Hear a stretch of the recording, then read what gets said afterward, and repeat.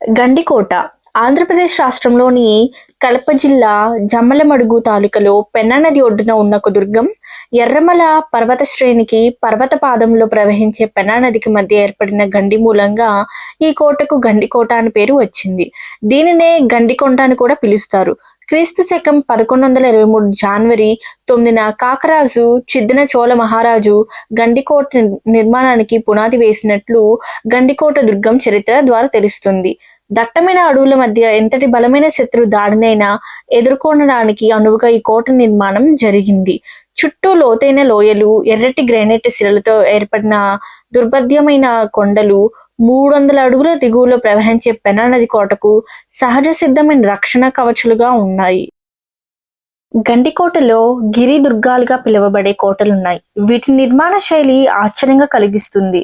సాంకేతిక పరిజ్ఞానం అంతగా అందుబాటులో లేని సమయంలో పునాదులు లేకుండా ఏర్పాటు చేసిన ఈ కోట నిర్మాణ శైలి మహాద్భుతంగా ఉంది.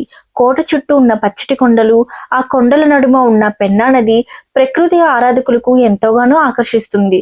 వృత్తికారంలో ఉండే కోట చుట్టూ కొలత దాదాపు 5 మైళ్ళు ఉంటుంది. నిర్మాణాలు కోటలో చతురస్రాకారం, దీర్ఘ చతురస్రాకారము బురుజులు 40 వరకు ఉన్నాయి. కోటలో పెద్ద ధాన్యాగారము, మందుగుండ సామాగ్రి, గిడ్డంగి, పావురాల గోపురం, మినార్లు చెప్పుకోదగ్గ కట్టడాలుగా ఉన్నాయి.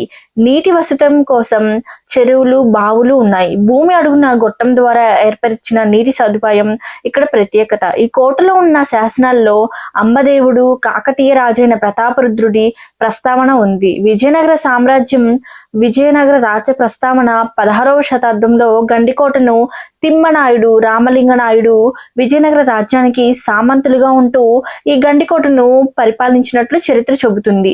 విజయనగర సామ్రాజ్యం విచ్ఛిన్నమైనప్పుడు కుతుబ్ షాహీలు ఈ గండికోటను కుట్రపన్ని వశం చేసుకున్నారు. ఎంతో ఘన చరిత్ర కలిగిన ఈ కోట అప్పటి రాజుల పౌరుషాలకు, యుద్ధ తంత్రాలకు నిలయంగా చెబుతారు. ఇక్కడ నిర్మితమైన రంగనాథ ఆలయం కళాకారుల నైపుణ్యాన్ని చాటి చెబుతుంది. క్రీస్తు శకం 1557 నాటి ఒక శాసనంలో రంగనాథ ఆలయం గురించిన ప్రస్తావన కనిపిస్తుంది. ఆ శాసనం గండికోటలోని రంగనాయకుని గుడికి భూమిని మాన్యంగా ఇచ్చినట్లు తెలుపుతుంది. మరిన్ని వీడియోస్ కోసం మా ప్రతిభ MC3 ఛానల్ని సబ్స్క్రైబ్ చేయండి.